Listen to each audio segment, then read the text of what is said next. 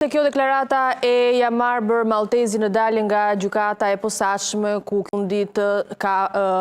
refuzuar pra kërkesën e Maltezit për çlirimin nga sekuestri i aseteve dhe pasurive të tyre. Kujtojmë që zoti Jamarbër Maltezi është i përfshirë së bashku me kryetarin e Partisë Demokratike në çështjen dhe në dosjen Partizani. Do të jemi në këtë momente në një komunikim të drejtë për drejtë me kolegun ton Eni Ferati për mësuar më shumë. Ky fundit pra Maltezi u shpreh edhe se do ta çonte ose më saktë ka çuar edhe këtë çështje edhe në gjykatën e Strasburgut. Po, Eni.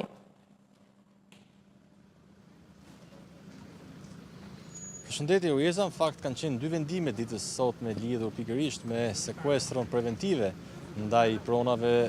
të Jamarbër Maltezit dhe personave të lidhur me të, ndërto dhe Argita Maltezi, vajza e ish-kryeministrit Berisha, bëhet fjalë për pronat e sekuestruara në kuadër të dosjes Partizani, e cila po gjykohet dhe ndodhet në fazën e themelit në gjykatën e posaçme. Ditën e sotme ka qenë pikërisht treshja gjykuese e kësaj dosje, përbërë nga gjyqtarët Elsa Ulliri, Bib Ndreca dhe Rudina Palloj, e cila rrëzoi kërkesën e radhës të Jamarbër Maltezit për lirimin e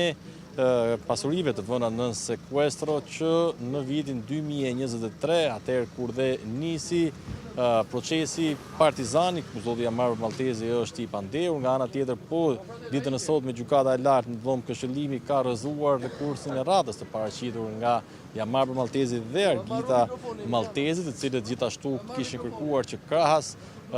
heqjes së sekuestrës preventive, të gjitha të ardhurat të cilat janë administruar deri më tani nga agjencia e cila administron pronat e sekuestruara dhe të konfiskuara, kryesisht të ardhura nga qerat, të cilat janë dhënë dhe janë vjen nga ana e agjencisë, të kalojnë në favor pikërisht të Jamarbër Maltezit, por që është rrëzuar kjo kërkesë në rekursin e radhës në gjykatën e lartë. Janë në fakt disa kërkesa të tilla që janë rrëzuar pothuajse në të gjitha shkallët e gjyqësorit, kërkesat të Jamarbër Maltezit, i cili vijon ta cilësoj dosjen në ngarkim të tij, atë pra që njihet ndryshe si dosja e privatizimit të ish-klubit sportiv Partizani, si një dosje politike ku nuk kanë munguar në fakt edhe tensionet në sallën e gjyqit, në procesin ku po zhvillohet në themel sa i takon etiketimeve që Jamarbër Maltezi i ka drejtuar prokurorëve të SPAK, prokurorëve të dosjes, qoftë Arben Krajës dhe Enkeleda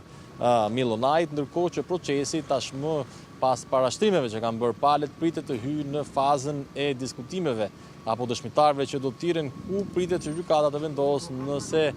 do t'irret apo jo si dëshmitar Edi Rama në cilësinë e ish-kryebashkiakut të Tiranës në kohën kur janë bërë dhe ndryshimet sa i takon destinacionit të tokës, por që është lënë në çmim të gjykatës dhe do të jetë trupa gjykuese e cila do të vendosë nëse do të pranohet kjo kërkesë për të thirrur kryeministrin aktual në këtë proces në cilësinë e ish-kryetarit të bashkisë. Po, e qartë, Eni, të falenderoj për këtë raportim.